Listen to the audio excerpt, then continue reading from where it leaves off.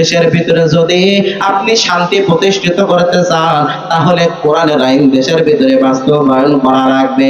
দেশের ভিতরে যদি আপনি ধর্ষক দূর করতে চান, দেশের ভিতর থেকে যদি আপনি চোর বাটপার দূর করতে চান, তাহলে মানব রচিত আইন দিয়ে কখনো এইগুলো দূর করা যাবে না। এই দেশ থেকে যদি জুলুম আপনি দূর করতে চান, তাহলে মানব রচিত আইন দিয়ে বিন্দু পরিমাণে এইগুলো দূর করা যাবে না। এইগুলো দূর করার জন্য লাগবে কোরআনের শাসন, ঠিক কিনা বলেন? সমাধান চাও যদি জীবনে মরণে, ফিরে যাও খুঁজে নাও চোখ রাখো কোরআনে। সমাধান চাও যদি জীবনে মরণে, ফিরে যাও খুঁজে নাও চোখ রাখো কোরআনে। তবে পাবে সুখ শান্তির ঠিকানা, তবে পাবে সুখ শান্তির ঠিকানা, যদি মেনে নাও তুমি মনে প্রাণে। সমাধান সমাধান চাও যদি জীবনে মরণে, ফিরে যাও খুঁজে নাও চোখ রাখো কোরআনে। সমাধান চাও যদি জীবনে মরণে, ফিরে যাও খুঁজে নাও চোখ রাখো কোরআনে। ঠিক কিনা বলে? এ যে চির আমলান চির মুক্তির ডাক, এ যে মহাবাণী খোদারে কালামে পাক। এ যে চির আমলান চির মুক্তির ডাক, এ যে মহাবাণী খোদারে কালামে পাক। এই দুনিয়ায় আর সেই দুনিয়ায়, এই দুনিয়ায় আর সেই দুনিয়ায়, মুক্তি পাবে তুমি দোজাহানে। সমাধান সমাধান চাও যদি জীবনে মরণে, ফিরে যাও খুঁজে নাও চোখ রাখো কোরআনে। সমাধান চাও যদি জীবনে মরণে, ফিরে যাও খুঁজে নাও চোখ রাখো কোরআনে। এ বাণী সকলের নয় শুধু মুমিনের, যারাই চলবে মেনে ফল পাবে কোরআনের। ঠিক কিনা বলেন? এ বাণী সকলের নয় শুধু মুমিনের, যারাই চলবে মেনে ফল পাবে কোরআনের। ঘরে বলো কি বা রাষ্ট্রে বলো, ঘরে বলো কি বা রাষ্ট্রে বলো, অশান্তি দূর করে শান্তি আনে। সমাধান সমাধান চাও যদি জীবনে মরণে, ফিরে যাও খুঁজে নাও চোখ রাখো কোরআনে। সমাধান চাও যদি জীবনে মরণে, ফিরে যাও খুঁজে নাও চোখ রাখো কোরআনে। ঠিক না বলে?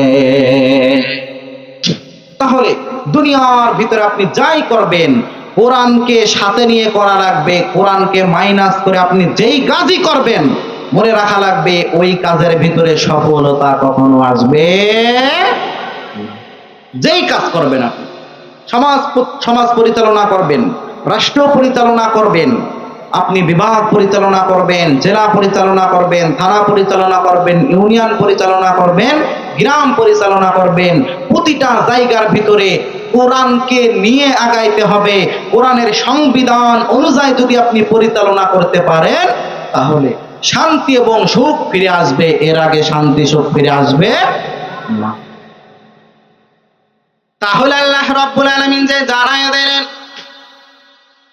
ইবাদুর রহমান যারা দাবি করবে, আল্লাহর খাঁটি গোলাম যারা দাবি করবে, তাদের 4 নাম্বার গুণ হবে, তারা সুন্দরভাবে নামাজের ভিতরে দাঁড়ায় যাইবে। অর্থাৎ তাহাজ্জুদের নামাজের ভিতরে তারা দাঁড়ায় যাইবে। তাহাজ্জুদের নামাজের ভিতরে দাঁড়ানোর পর তারা আল্লাহর কাছে কান্নাকাটি করবে আর বলবে, দয়ার মালিক, আমার মতো বড় পাপী কেউ নাই, আমার মতো বড় অপরাধী কেউ নাই। এমন ভাবে আল্লাহর কাছে সুন্দরভাবে দোয়া করতে থাকবে রে বান্দা। এই গোটা পৃথিবীর ভিতরে, এই দুনিয়ার ভিতরে আমার অনেক আল্লাহর খাঁটি গোলাম আছে, আল্লাহর খাঁটি আবেদ আছে, যারা দুনিয়ার ভিতরে সুন্দরভাবে আল্লাহর হুকুম বাস্তবায়ন তারা করতে পারে নাই, সুন্দরভাবে ইবাদত তারা করতে পারে নাই। ও আল্লাহর বান্দারা, মুসলমানের গুণ হলো 5 ওয়াক্ত নামাজ। এই 5 ওয়াক্ত নামাজ সুন্দরভাবে তুমি পড়তে পারো নাই রে বান্দা।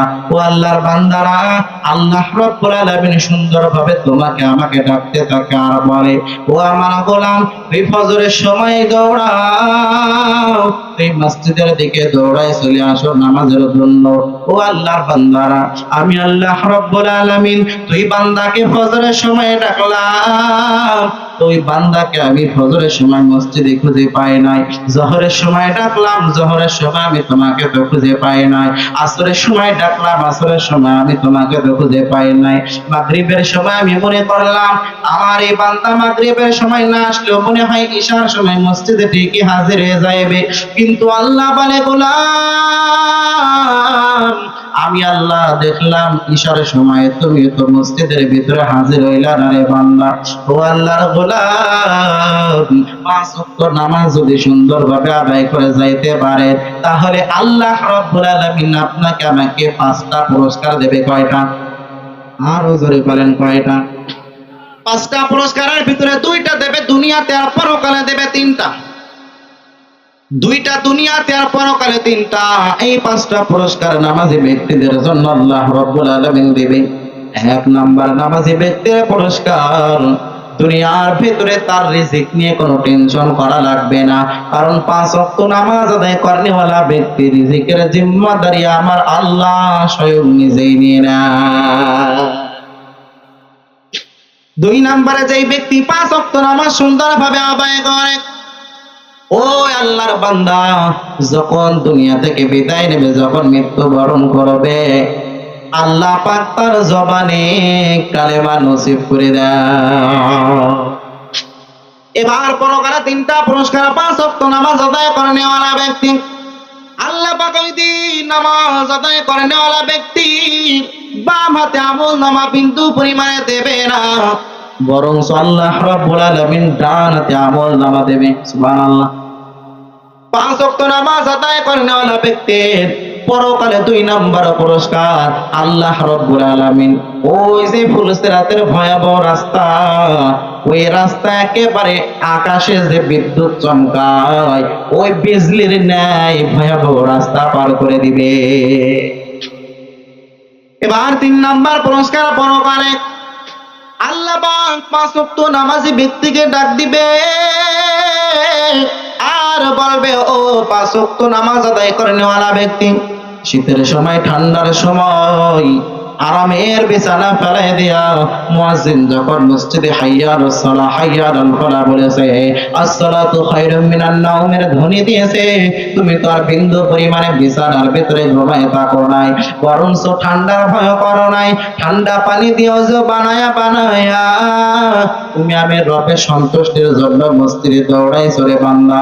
ও বান্দা, আজকে তোমার আর কোনো হিসাব দেওয়ার দরকার নাই, বিনা হিসাবে জান্নাতের মেহমান বানাই দেবেন একজন তিনিকে। তাহলে দেখেন, দুনিয়ার ভিতরে কে কোন জায়গায় মৃত্যু বরণ করবে কেউ বলতে পারে না। পয়গম্বর নবী সাল্লাল্লাহু আলাইহি ওয়াসাল্লাম একদিন আয়েশা রাদিয়াল্লাহু আনহাকে ডাক দিয়ে জানিয়ে দেন, ও আয়েশা, তুমি আমার হাতে আমার মেসাকটা একটু দাও। পয়গম্বরের হাতে মেসাক দেওয়ার পর পয়গম্বর মেসাক করা শুরু করলো আর বলল, আমার প্রিয় সাহাবী আবু বকরকে একটু ডাক দাও, আবু বকরের সাথে আমাকে কিছু কথা বলা লাগবে। আয়েশা রাদিয়াল্লাহু আনহা দৌড়ে চলে গেল আবু বকরের দরবারে। আবু বকরের দরবারে যাওয়ার পর আবু বকরকে সুন্দরভাবে ডেকে ডেকে আনলো।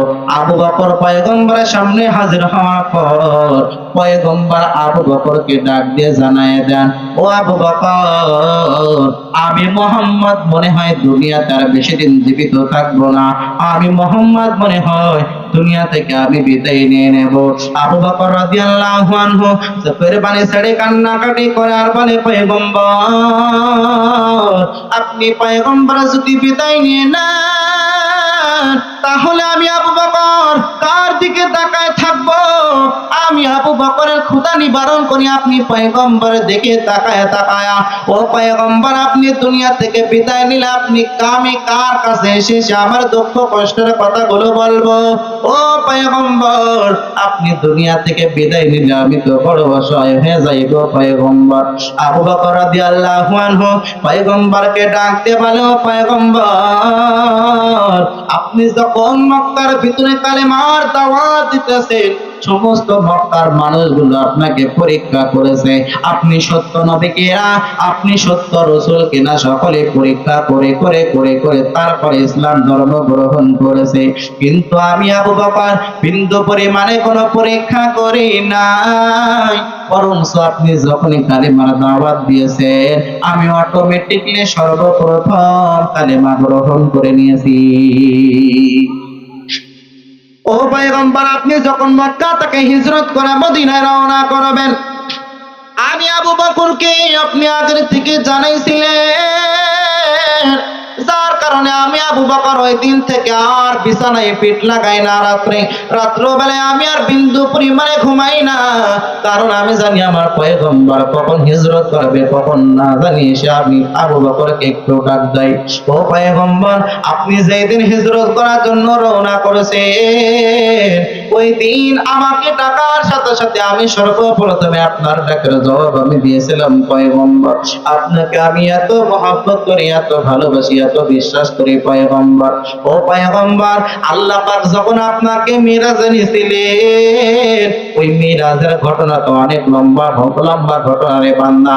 আল্লাহ রাব্বুল আলামিন তার প্রিয় বান্দাকে এক রাত্রের কিছু অংশের ভিতরে মসজিদে হারাম থেকে মসজিদে আকসার ভিতরে নিয়ে যাওয়ার পর আবার মসজিদে আকসা থেকে 7 আসমান ভেদ করে ইনদা সিদরাতুল মুনতাহা থেকে আরশ মহলে নিয়ে যাওয়ার পরে আল্লাহর সাথে সাক্ষাৎ করাইছেন।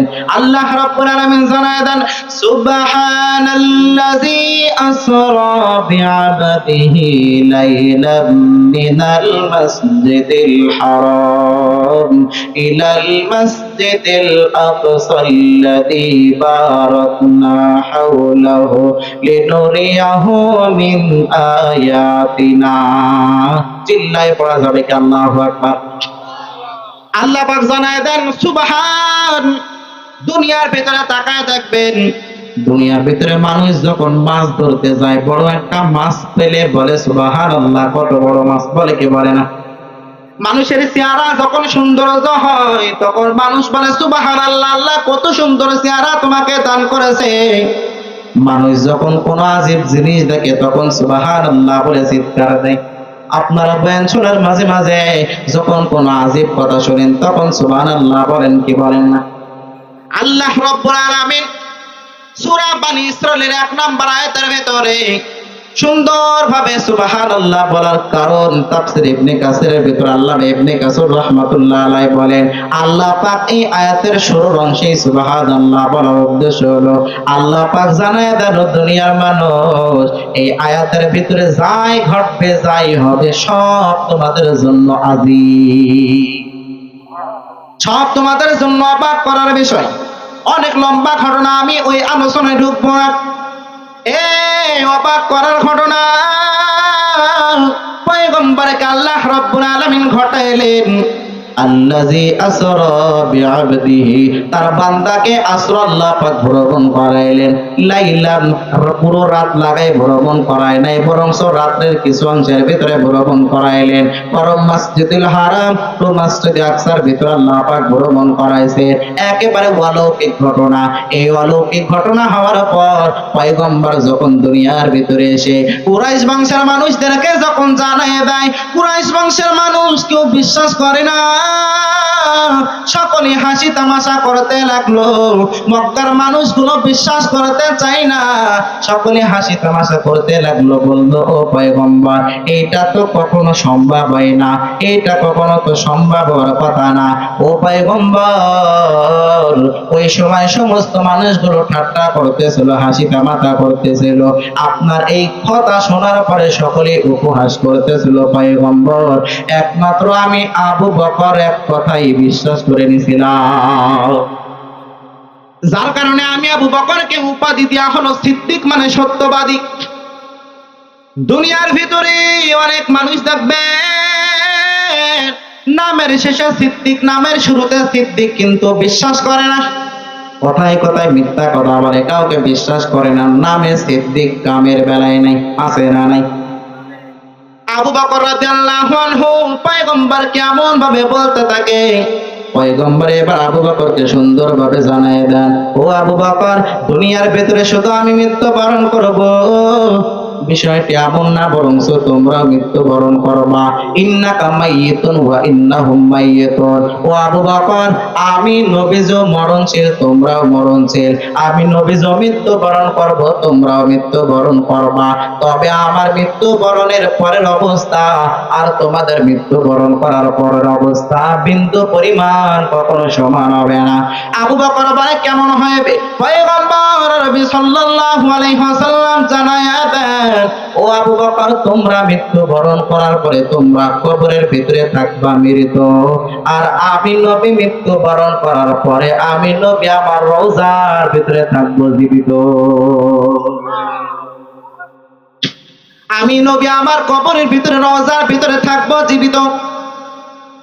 এই বাংলাদেশের ভিতরে থেকে রাজবাড়ী জেলার কালুখালী থানার আপনাদের পশ্চিম হরিণবাড়িয়া শিকদার পাড়া অঞ্চলের কোন আল্লাহর বান্দা, কোন আল্লাহর বান্দি নবীজির উপরে একবার দরুদ পাঠ করেছে, নবীজির উপরে দুইবার দরুদ পাঠ করেছে? পয়গম্বর জানায় দেন, আবু বকর, আমি এইগুলো সব রওজার ভিতরে জানতে পারি। কেমনে জানতে পারেন? পয়গম্বর বর্ণনা করে দেন। পয়গম্বর জানায় দেন, জিবরিল আমিন সহ অন্যান্য ফেরেশতারা আমি নবীজির সামনে এসে জানায় দেন, ও পয়গম্বর, আপনার অমুক অমুক উম্মত এইগুলো সুন্দরভাবে তারা পাঠ করেছে, আপনি নবীজিকে সালাম দিয়েছে, আপনি নবীজির উপরে দরুদ পাঠ করেছে। আমি নবীজি রওজার আধারে বসে বসে সবার সালামের জবাব দিই। ওই নবীজির রওজায় যাওয়ার জন্য কে কে পাগল আছেন? একটু হাত তুলে আল্লাহকে দেখায় দেন। আল্লাহ, তুমি জীবনে একবার হলেও আমাদের এই মক্কা মদিনায় যাওয়ার মতো তৌফিক দান করো, বলেন আমিন। হাত নামান। সকলে মক্কায় যেতে চান কিনা? মদিনায় কি যেতে মন চায় না? সকলেই আমরা মদিনায় যেতে চাই। আল্লাহর কাছে বেশি বেশি দোয়া করবেন, আল্লাহ জীবনে একবার হলেও তুমি আমাকে মক্কা এবং মদিনায় সফর না করার জন্য আমাকে মৃত্যু দিয়েন না। মনে বড় আশা, মনে বড় ইচ্ছা, মনে বড় আকাঙ্ক্ষা আপনাদের আছে তো? আল্লাহ পাক আমাদের সকলকে মক্কা মদিনা না দেখায় যেন মৃত্যু না দেয়, সেই তৌফিক আল্লাহ পাক আমাদেরকে দান করেন, বলেন আমিন। মনে বড় আশা ছিল যাব মদিনায়।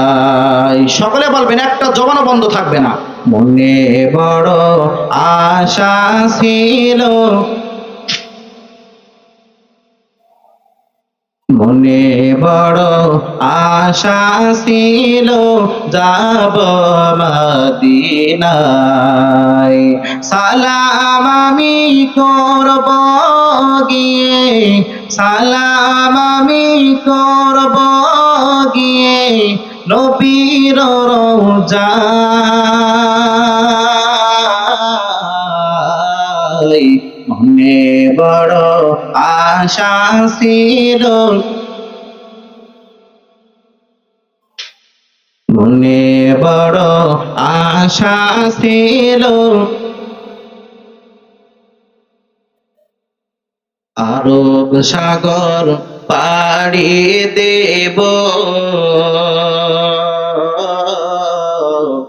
নাইকো আমার তরে পাখি নয় তো উড়ে যাব ডানাতে ভর করে। আরব সাগর পাড়ি দেব, নাইকো আমার তরে পাখি নয় তো উড়ে যাব ডানাতে ভর করে। আমার আশায় আছে সম্বল নাই, আশায় আছে সম্বল নাই, করি কে ও পাই।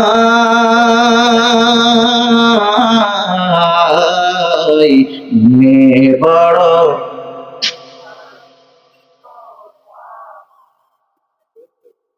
মনে বড় আশা ছিল যাব মদিনায়।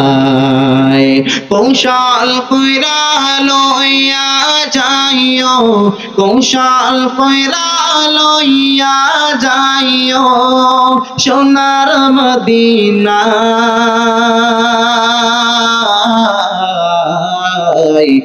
নে বড়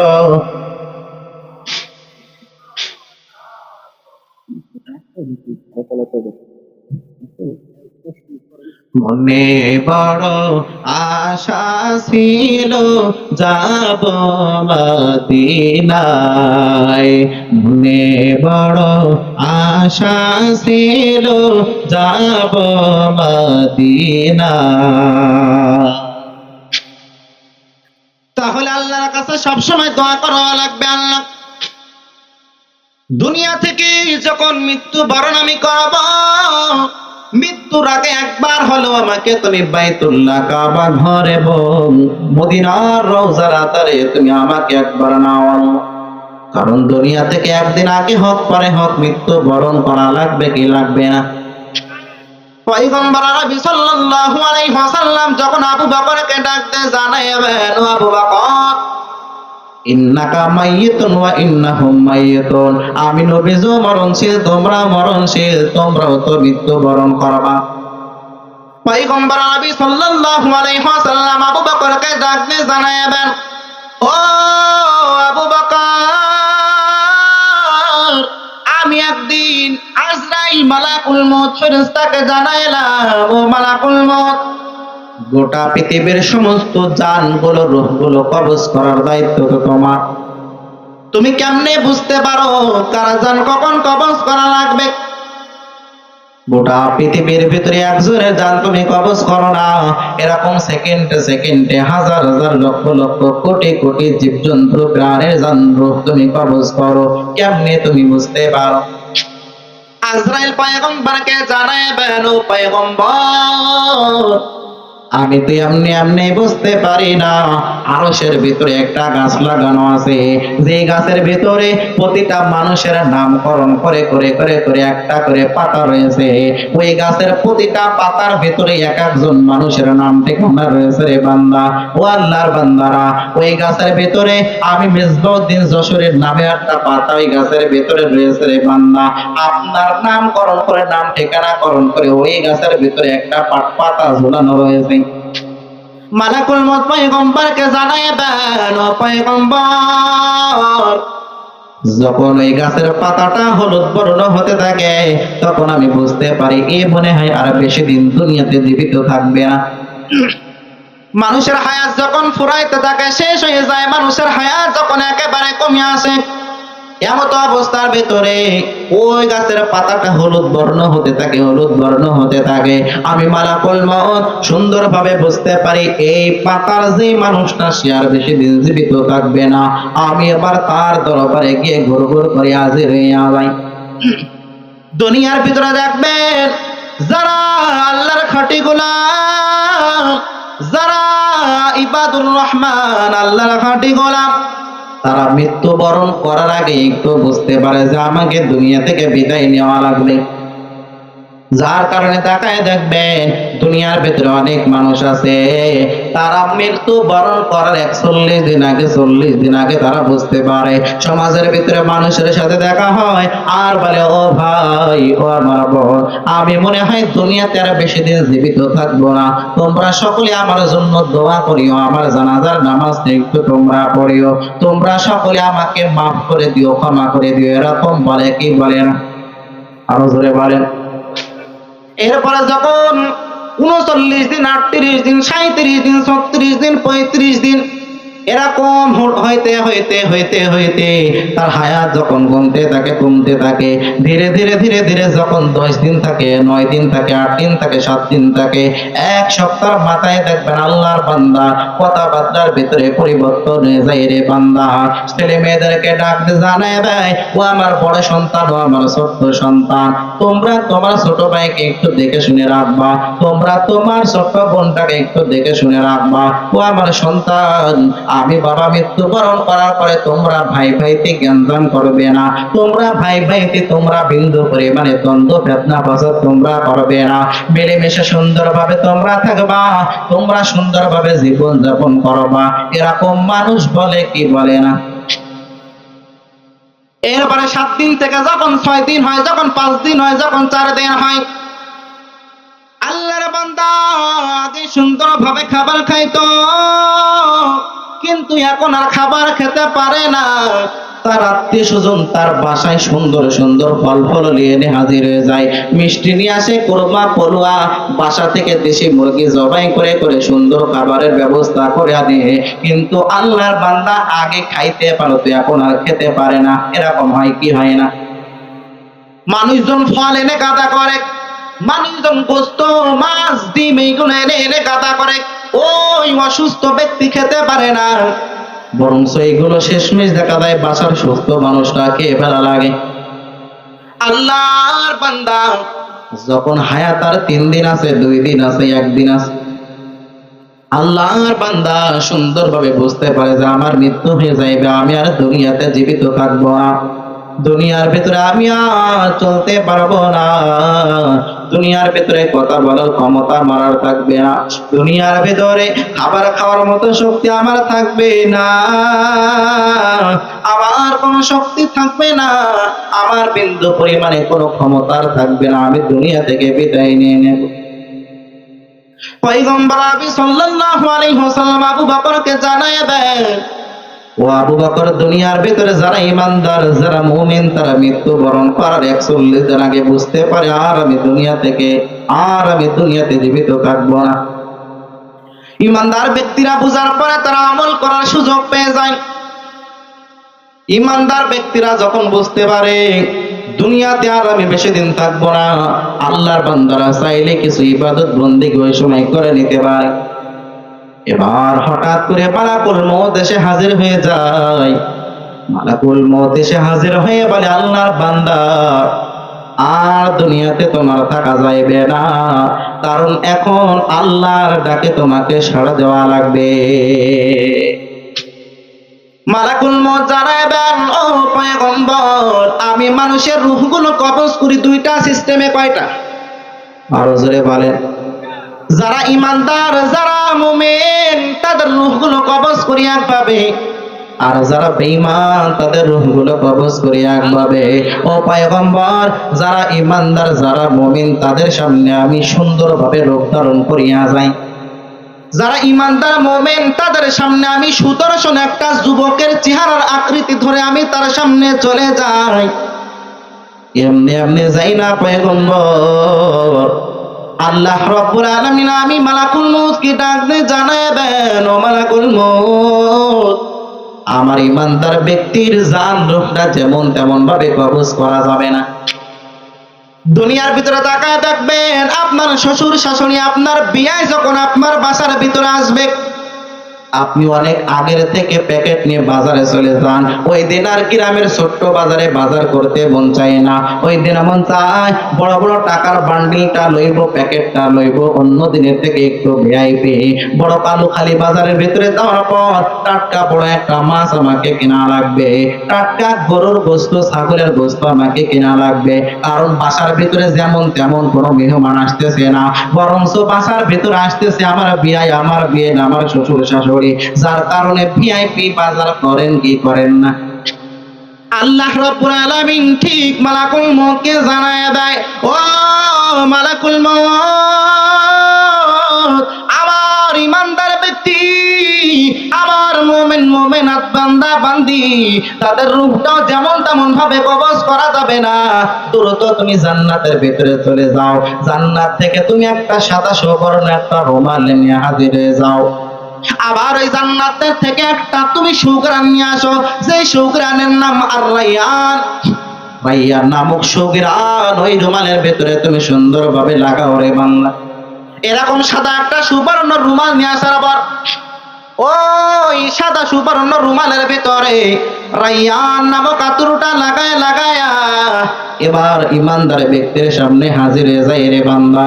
ইমানদার ব্যক্তির সামনে হাজির হওয়ার পর দুনিয়ার ভিতরে তাকায় দেখবেন, মানুষ যখন আতরের দোকানে যায়, জুমার দিন যখন দেখবেন বড় বড় টাউন অঞ্চলে মসজিদের সামনে অনেক সময় আতর টপের দোকান বসে। মানুষজন নামাজ পড়ে যখন বাহির হয়, আতর গুলো এক একটা সুন্দর ভাবে নাকে ধরে আর ঘ্রাণ লয়। যেটা তার পছন্দ হয়, যেটা তার মনের মতো ঘ্রাণ হয়, ওই ঘ্রাণটা এত জোরে টান দেয়, এত জোরে নাকের ঘ্রাণটা নেওয়ার সাথে সাথে চোখটা অটোমেটিকলি বন্ধ হয়ে যায় কি যায় না? ঘ্রাণটা তার পছন্দ হয়েছে ধরে যখন টান দেয় তখন অটোমেটিকলি চোখটা বন্ধ হয়ে যায়।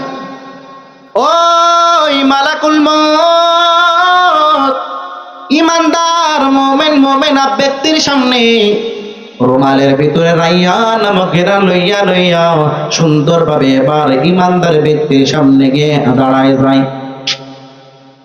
আর ইমানদার ব্যক্তির নাকে ডুগায় ধরার পর মালাকুল মউত সুন্দরভাবে জানিয়ে দেন, ইয়া আইয়াতুহান নাফসুল মুতমাইন্না ইরজিই ইলা রাব্বিকি রাদিয়াতাম মারদিয়া ফাদখুলি ফি ইবাদি ওয়াদখুলি জান্নাতি।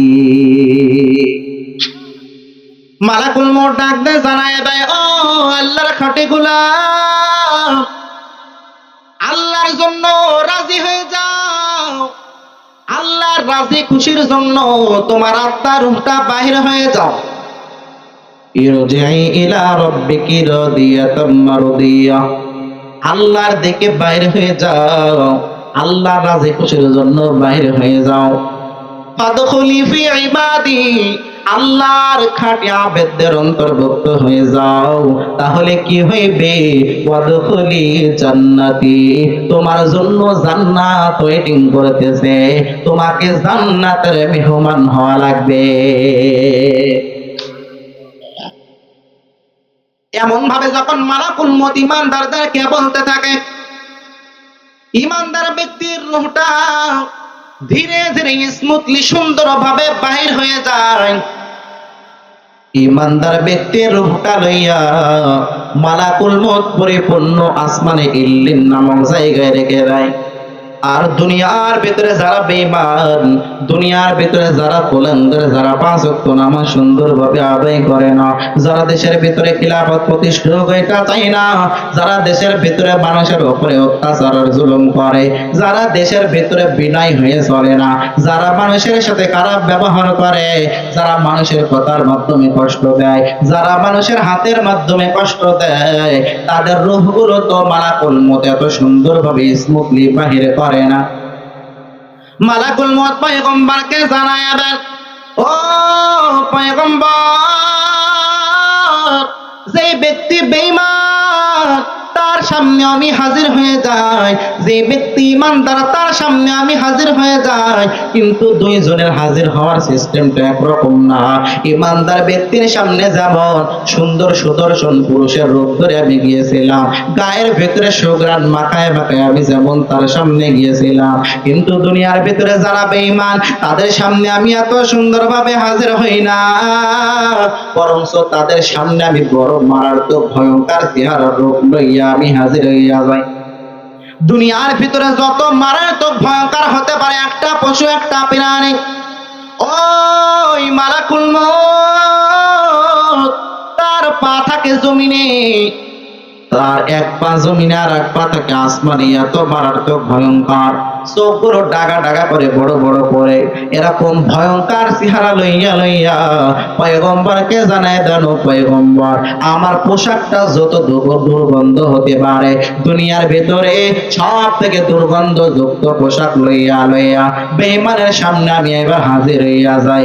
ইমানদারের সামনে যেমন জান্নাতি রুমাল লইয়া, জান্নাতি রাইয়ান ঘ্রাণ লইয়া হাজির হয়েছিলাম, বেঈমানের সামনে এমন ভাবে হাজির হইয়া না, বরঞ্চ বেঈমানের সামনে আমি মারাত্মক ভয়ঙ্কর রূপ নিয়ে হাজির হইয়া যাই। বেঈমানের সামনে যাওয়ার পর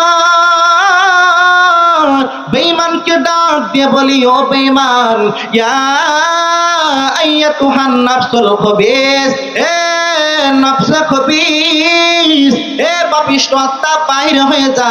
পাপিষ্ঠ আত্মা বিন্দু পরিমাণে বাইর হতে চায় না। পাপিষ্ঠ আত্মা এত পরিমাণে ভয় পায়, পাপিষ্ঠ আত্মা বিন্দু পরিমাণে বাইর হতে চায় না। পাপিষ্ঠ আত্মা একবার জান কবজ হয়ে যাওয়ার ভয়তে একবার ডানে দৌড়ে, একবার বামে দৌড়ায়, একবার পেছনে দৌড়ায়, আর একবার সামনে দৌড়াতে থাকে। মালাকুল মউত ডাক দিয়ে জানিয়ে দেয়, ও পাপিষ্ঠ আত্মা, আজকে কোনো বিন্দু পরিমাণ ছাড়া পাবে না।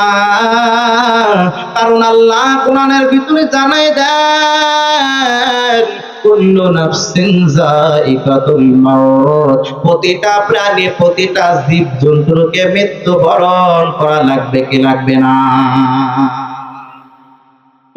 প্রতিটা জীব জন্তু প্রাণীকে মৃত্যুবরণ করা লাগবে, বিন্দু পরিমাণে কোনো ছাড় পাবে না। যতই চেষ্টা করো, যতই কলা কৌশল করো, বিন্দু পরিমাণে রেহাই পাবে না, বিন্দু পরিমাণে ছাড় পাবে না। মৃত্যুর স্বাদ তোমাকে গ্রহণ করা লাগবে, হয় এখন না হয় পরে। বিষয়টি এমন না, হয় আজ না হয় কাল। বিষয়টি এমন না, নির্দিষ্ট সময় আল্লাহ পাক রেখে দিয়েছেন। লা ইস্তাখিরুনা সাআতাও ওয়া লা ইস্তাকদিমুন, এক সেকেন্ড আগেও মালাকুল মউত কারো জান রূহ কবজ করে না, আবার এক সেকেন্ড পরেও কারো রূহ মালাকুল মউত কবজ করে। মালাকুল মউত এবার বেঈমানের সামনে যাওয়ার পর বেঈমানকে বগন বলিয়া, আইয়াতুহান নাফসুল খবিস, বেঈমানের রূহটা বাইর হতে চাই না। মালাকুল মউত একবার দেখতে পারে এর রূহটা তো এত সুন্দরভাবে কবজ করা যাবে না। মালাকুল মউত এবার বেঈমানের মাথার উপরে ভর দেয়, মালাকুল মউত বেঈমানের ঘাড়ের উপরে ভর দেয়। যার কারণে তাকায় দেখবেন অনেক বেঈমান বেদিনগুলো মৃত্যু বরণ করার সময় তাদের চোখগুলো বড় বড় হয়ে যায়, চোখগুলো উল্টে পাল্টে যায়, হয় কি হয় না? আরো জোরে বলেন। অনেক বেঈমানের মৃত্যুর সময় তারা হাত মুখ খামচাইতে থাকে। অনেক আল্লাহর বান্দা এরকম ভাবে দুনিয়া থেকে বিদায় নিয়ে নেয় রে বান্দা। ও আল্লাহর বান্দারা, তাহলে দুনিয়ার ভেতরে থেকে যদি আমরা পরিপূর্ণ কামিয়াবিদের অন্তর্ভুক্ত হতে চাই, তাহলে পরিপূর্ণ 1 নাম্বার ঈমানদার আপনাকে আমাকে হওয়া লাগবে। 2 নাম্বারে নেক আমলকারীদের অন্তর্ভুক্ত আমাদের হওয়া লাগবে। 2টা কাজ যদি 2টা গুণে গুণান্বিত আমরা হতে পারে, তাহলে জান্নাতুল ফেরদাউসের ঘোষণা দিয়েছেন। একজন জোরে বলেন তিনি কে? আমার আল্লাহ ওয়াদা দিয়েছেন, আমি জান্নাতুল ফেরদাউসের মেহমান বানায় দেব। দুনিয়ার ভিতরে মানুষ কথা দিয়ে কথার খিলাফ করে, দুনিয়ার ভিতরে মানুষ ওয়াদা করে ওয়াদা ভঙ্গ করে, কিন্তু আমার আল্লাহ কখনো ওয়াদা দিয়ে ওয়াদা ভঙ্গ করেনি। আরো জোরে বলেন, আমার আল্লাহ কখনো ওয়াদা দিয়ে ওয়াদা ভঙ্গ করে না রে বান্দা। ও আল্লাহর বান্দারা, তাহলে 1 নম্বরে ঈমান, 2 নম্বরে নেক আমল আমাদেরকে করা লাগবে। আর 3 নম্বরে আল্লাহ রাব্বুল আলামিন জানায় দেন, ওয়া ক্বাদা রাব্বুকা আল্লা তা'বুদু ইল্লা ইয়্যাহু ওয়া বিল ওয়ালিদাইনি ইহসানা। দুনিয়ার ভিতরে আমার ইবাদত বন্দেগী তোমরা করবা, আমার ইবাদতের পরেই তোমরা তোমার মা বাবার খেদমত করবা। দুনিয়ার ভিতরে মায়ের সাথে সৎ আচরণ তোমরা করবা, দুনিয়ার ভিতরে মায়ের সাথে ভালো আচরণ তোমাদেরকে করা লাগবে রে বান্দা। ও আল্লাহর বান্দারা, আল্লাহ রাব্বুল আলামিন পবিত্র কোরআনের ভিতরে আয়াত নাযিল করে জানায় দেন, ওয়া ওয়াসাইনাল ইনসানা বিওয়ালিদাইহি হামালাতহু উম্মুহু ওয়াহনান আলা ওয়াহনিহি ওয়া ফিসালুহু ফি আমাইনি আনশকুর লি ওয়া লিওয়ালিদাইহি ইলাইয়াল মাসির। আল্লাহ পাক জানায় দেন, ও দুনিয়ার মানুষেরা, তোমরা তোমার মা বাবার সাথে সৎ আচরণ করো, তোমরা তোমার মা বাবার সাথে সুন্দর আচরণ তোমাদেরকে করা লাগবে। যারা মা বাবার সাথে খারাপ আচরণ করবে তাদেরকে আল্লাহ রাব্বুল আলামিন দুনিয়াতে ধ্বংস করে দিবে রে বান্দা। ও আল্লাহর বান্দারা, মহিলারা যদি জান্নাতে যেতে চায়, তাহলে পয়গম্বর নবী সাল্লাল্লাহু আলাইহি ওয়াসাল্লাম হাদিসের ভিতরে জানায় দেন, পয়গম্বর নবী সাল্লাল্লাহু আলাইহি ওয়াসাল্লাম সুন্দরভাবে জানায় দেন, আল মারআতু ইযা সাল্লাত খামসাহা وصامت شهرها وأحصنت فرجها وأطاعت بعلها فلتدخل من أي أبواب الجنة পয়গম্বর জানায়া দেন মহিলারা যদি জান্নাতে যেতে চায় তাহলে মহিলাদের আমল করা লাগবে মাত্র 4টা। কয়টা? আরো জোরে বলেন। এক নম্বরে পয়গম্বর জানায়া দেন আল মারআতু ইজা সাল্লাত খামসাহা, মহিলাদের 5 ওয়াক্ত নামাজ সুন্দরভাবে সময় মতো আদায় করা লাগবে। পয়গম্বর কিন্তু বলিনি 5 ওয়াক্ত নামাজ আদায় করা লাগবে, বরং বলেছে সময় মতো আদায় করা লাগবে। অধিকাংশ মহিলারা দেখবেন যোহর আর আসর একসাথে পড়ে, আসর আর মাগরিব একসাথে পড়ে, মাগরিব আর ইশা একসাথে পড়ে, আছে না নাই? অনেক মহিলারা দেখবেন যোহর আসর মাগরিব ইশা একসাথে পড়ে। সংসারে কাজের জন্য ব্যস্ত রয়েছে, সংসারে সন্তান ছোট্ট বাচ্চা তাকে নিয়ে ব্যস্ত রয়েছে, নামাজ পড়ার সুযোগ হয় নাই, সুন্দরভাবে নামাজটা সময় মতো আদায় করতে পারে না। পয়গম্বর জানায় দেন 4টা আমল যেই মহিলারা করতে পারবে, 4টা গুণ যেই মহিলাদের ভিতরে থাকবে। 4টা গুণ কি কি গুণ? 1 নম্বরে 5 ওয়াক্ত নামাজ সুন্দরভাবে আদায় করা লাগবে। ও আমার পর্দার আড়ালে সম্মানিত মা ও বোনেরা, একটু মনোযোগের কান লাগায় শুনবেন।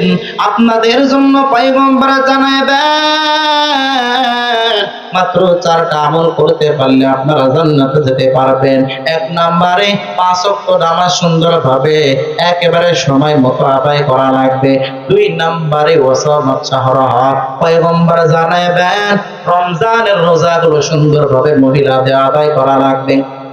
ওয়া আহসানাত ফারজাহা, পয়গম্বর 3 নম্বরে জানায় দেন যেই মহিলারা তাদের লজ্জাস্থানকে হেফাজত করবে, যেই মহিলারা পর্দার সহিত দুনিয়ার ভিতরে চলাফেরা করবে। আর 4 নম্বরে পয়গম্বর জানায় দেন ও আতাআত বালাহা, যে মহিলারা স্বামীর ইতাআত করবে, স্বামীর কথা মতো দুনিয়ার ভিতরে চলাফেরা করবে। কিন্তু দুনিয়ার ভিতরে তাকায় দেখবেন এই সমাজের ভিতরে এক ধরনের মহিলারা আছে যারা স্বামীর কথা বিন্দু পরিমাণে শোনে না, মানে না, আছে না নাই? স্বামীর কথা মতো স্ত্রী চলবে কি? অনেক পুরুষ আল্লাহর বান্দা আছে তারা আরো বউয়ের কথাই ওঠে আর বসে, আছে না নাই? বউ যদি বলে দাঁড়াও তাহলে দাঁড়ায়, বউ যদি বলে তাহলে বসে, বউ বসতে বললে বসে, না হলে বসে না। এরকম হওয়া যাবে না রে বান্দা। আল্লাহ নবী সাল্লাল্লাহু আলাইহি ওয়াসাল্লাম জানায় দেন এই 4টা গুণ যেই মহিলাদের ভিতরে থাকবে, 1 নম্বরে 5 ওয়াক্ত নামাজ সুন্দরভাবে আদায় করবে, 2 নম্বরে রমজানের রোজাগুলো সুন্দরভাবে আদায় করবে, 3 নম্বরে লজ্জাস্থানকে হেফাজত করবে এবং সুন্দরভাবে পর্দা পুরুষদের সহিত চলাফেরা করবে, 4 নম্বরে স্বামীর ইতাআত করবে, স্বামী যে আদেশ করবে সেইটা মানবে। ওই মহিলার জন্য পয়গম্বর ঘোষণা দেন ফালতাদখুল মিন আইয়ি আবওয়াবিল জান্নাহ, আল্লাহর 8টা জান্নাতের দরওয়াজা খোলা থাকবে। আর আল্লাহ পাক ওই মহিলাকে ডাক দিয়ে জানাই দেবে, ও আমার খাঁটি গোলাম, আজকে যে দরওয়াজা দিয়ে মন চায় জান্নাতে চলে যাও। আতিনা ফি দারে দুনিয়া না হাসান, আতিনা ফি দারে উকবানা হাসান, ইয়া গিয়াসুল মুস্তাগীসিন হদিনা লফতিকারা বিল উলুমি ওয়াল গিনা, হর মুরিদে নেকে তু তৈয়ার হয়, जो न मांगे कुछ तो बेजार है। মহিলারা এই 4টা আমল করলেই জান্নাতে যাবে। মহিলাদের জন্য জান্নাতে যাওয়ার জন্য বেশি আমলের প্রয়োজন নাই। মহিলারা এই 4টা আমল করলেই জান্নাত, এই ঘোষণা আমি মেজবাউদ্দিন যশোরীর নাকি আমাদের পয়গম্বরের? আরো জোরে বলেন। তাহলে ঈমান আনবেন, নেক আমল করবেন, মা বাবার সাথে খারাপ আচরণ করবেন না। এই গোটা পৃথিবীর ভিতরে আল্লাহর একজন খাঁটি আবেদ ছিল যার নাম হলো জুরাইজ। জুরাইজ নামক আল্লাহর খাঁটি গোলাম, জুরাইজ নামক আল্লাহর খাঁটি বান্দা এমন কোন রাত ছিল না যে তাহাজ্জুদ নামাজ তার মিস হয়ে যাইতো। এমন কোন রাত ছিল না যে তাহাজ্জুদ নামাজ সে পড়তো না। প্রতিটা রাতের ভিতরে তাহাজ্জুদের নামাজ আদায় করতেন জুরাইজ, আল্লাহর খাঁটি আবেদ। আল্লাহর বান্দা একদিন তাহাজ্জুদের নামাজে দাঁড়াইছে, তার মা একদিক থেকে ডাক দিতেছে, ও জুরাইজ আমাকে এক গ্লাস পানি তুমি দাও। জোরাইজ তারপরও তাহাজ্জুদের নামাজে নিবদ্ধিত রয়েছে, নামাজ পড়ে যাইতেছে, বিন্দু পরিমাণে মায়ের ডাকে সে সাড়া দেয় নাই। দ্বিতীয়বার আবার ডাক দিল, ও জোরাইজ আমি মাকে এক গ্লাস একটু পানি দাও। জোরাইজ তারপরও নামাজ পরিপূর্ণ চালাই গেল, মায়ের ডাকে সাড়া দিল না। মা এবার তৃতীয়বারের মতো ডাক দিল, ও জোরাইজ আমাকে এক গ্লাস পানি তুমি দিয়ে দাও। তারপরও জোরাইজ বিন্দু পরিমাণে মায়ের ডাকে সাড়া দিল না। জোরাইজ তাহাজ্জুদের নামাজ পড়ে যাইতেছে। ওই মা জোরাইজের জন্য বদদুয়া করলেন। ওই মা আল্লাহকে ডাক দিয়ে জানায় দেন, দয়ার মালিক তুমি আমার সন্তান জুরাইজকে একটা বেশ্যা নারীর প্রলোভনে না ফেলে তুমি মৃত্যু দিবা না। আমার এই সন্তানকে একটা বেশ্যা নারীর প্রলোভনে তুমি পরিপূর্ণ ফেলে দেবা।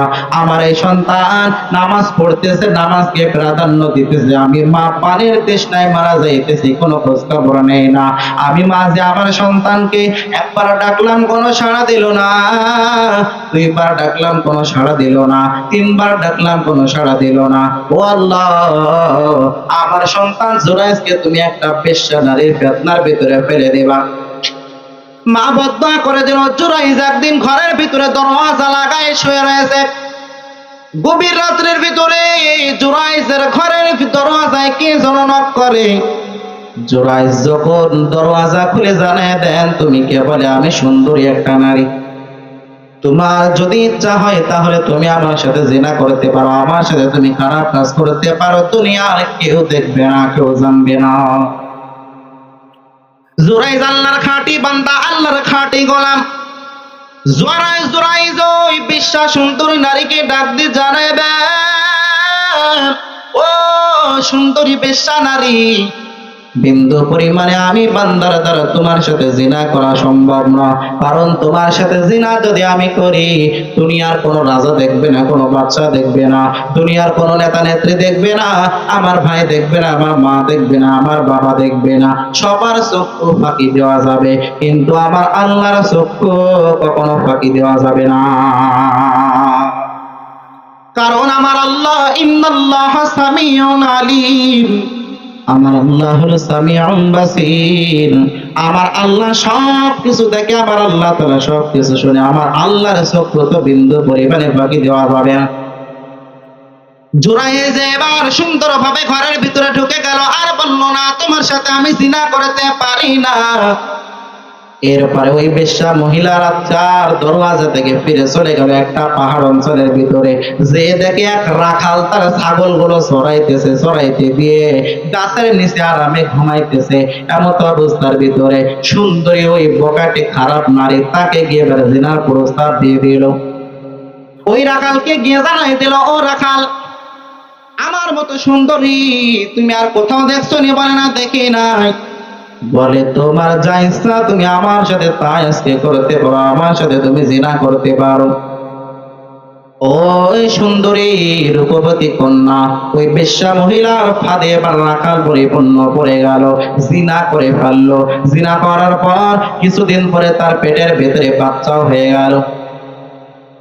এবার আল্লাহর বান্দি ওই বাজে মহিলা, ওই বেশ্যা মহিলা সমাজের ভিতরে যখন ঘুর ঘুর করে, আর দুনিয়ার সমস্ত মানুষ তার দিকে তাকার বলেন, ও মহিলা তুমি তো বিবাহ করো নাই, তোমার পেটে মনে হচ্ছে সন্তান হয়েছে, তুমি কার সাথে জিনা করেছো বলো?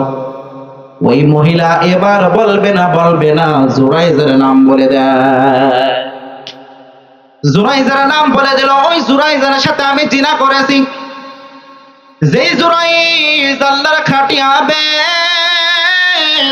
যেই জুরাইজের তাহাজ্জুদ নামাজ কোনোদিন মিস দেয় না, যেই জোড়ায় সর্বদাই আল্লাহর গোলামি করে, সর্বদাই ইবাদত বন্দেগী করে, সমস্ত মানুষজন গুলো জোরাইজের কাছ থেকে পানি পোড়া নিয়ে সুন্দরভাবে তারা হয়, সমস্ত দোয়াগুলো জোরাইজের কাছে চায়, সমস্ত বিপদ বালা মুসিবতের জন্য জোরাইজের কাছে গিয়ে বলে, ও জোরাইজ তুমি একটু আল্লাহর কাছে আমাদের জন্য দোয়া করো। সব সময় জোরাইজকে সামনে রাখে, সম্মানের খাতায় রেখে দেয়।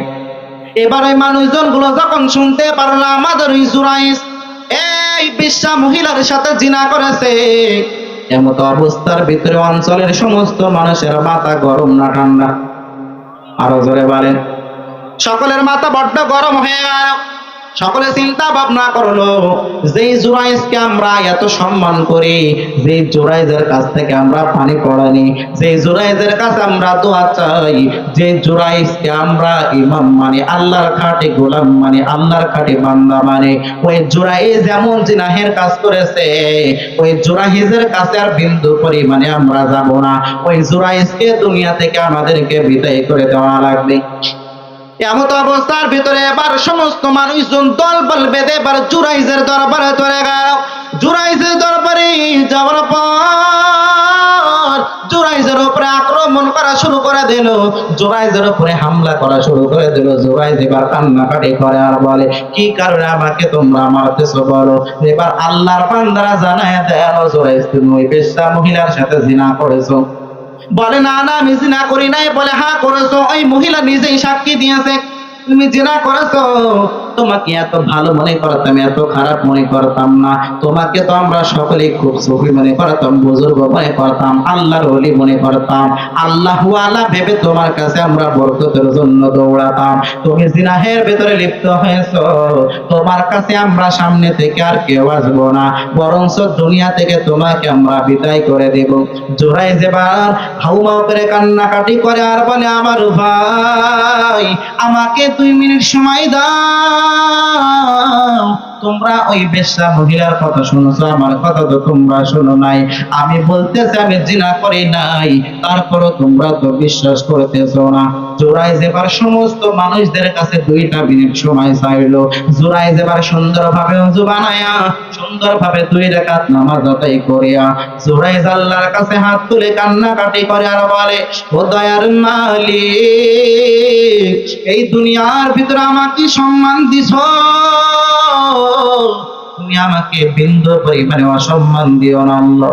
তুমি আমার সম্মানটা খনন করিও না, তুমি আমার সম্মানটা নষ্ট করে দিও না মালিক। মেহেরবানি করে আমি তোমার কাছে একটা জিনিস চাইতেছি আল্লাহ। ও আল্লাহ, আমার জীবনে আমি তোমার কাছে কোনো জিনিস চাই নাই, তুমি আজকে আমাকে একটা জিনিস দিয়ে দাও আল্লাহ। তুমি এটা পরিপূর্ণ প্রমাণ করে দাও, ওই যে বেশ্যা মহিলা তার গর্ভে যে সন্তান রয়েছে, ওই সন্তানের জবান তুমি খুলে দাও, তার বাবা আমি নাকি অন্য একটা মানুষের ভিতরে প্রমাণ করে দাও। আল্লাহ পাক এবার দোয়াটা কবুল করে নিলেন।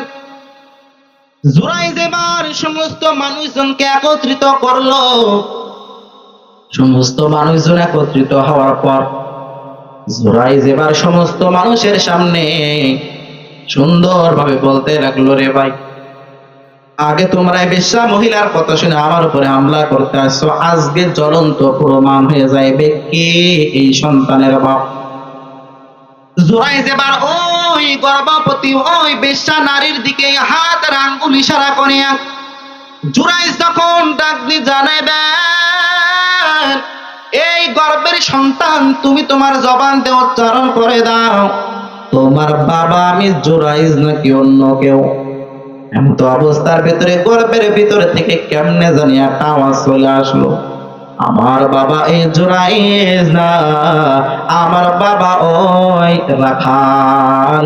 আমার আল্লাহ চাইলে এটা পারেন কি পারেন না?